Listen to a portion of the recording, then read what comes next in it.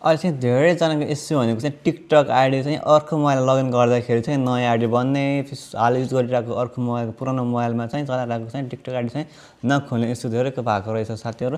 त्यसको लागि तपाईँले केही गर्नु पर्दैन। तपाईँको जुन अहिले चलाइराख्नु भएको आइडी छ तपाईँले जुनसुकै मोबाइल ल्यापटपहरू जोसुकैमा पनि सेम आइडी चाहिँ लगइन गरेर युज गर्न सक्नुहुन्छ साथीहरू। र त्यसको लागि चाहिँ तपाईँले केही गर्नु पर्दैन। सेटिङमा गएर जस्ट स्क्रिनमा देखाएको जस्तो सेटिङमा जानु होला। त्यहाँ गइसकेपछि एकाउन्ट भन्ने अप्सन हुन्छ, त्यहाँ गएर चाहिँ तपाईँ तल आफ्नो इमेल आइडी र फोन नम्बर भन्ने अप्सन हुन्छ। त्यसमा तपाईँले आफ्नो मोबाइल नम्बर र चाहिँ इमेल आइडी चाहिँ एड गर्नुपर्ने हुन्छ। तपाईँ जुनसुकै कन्ट्री भए पनि तपाईँको त्यहाँ कन्ट्रीको चाहिँ इमेल मोबाइल नम्बर राख्नुभयो भने हुन्छ र आफ्नो इमेल आइडी राखिदिनु भयो भने दोस्रोचोटि चाहिँ तपाईँले जुनसुकै अरू डिभाइसहरूमा अरू मोबाइलहरूमा चाहिँ लगइन गर्दाखेरि चाहिँ तपाईँले चाहिँ मजाले लगइन गर्न सक्नुहुन्छ। तपाईँको आइडी चाहिँ सेक्युर पनि हुन्छ साथीहरू।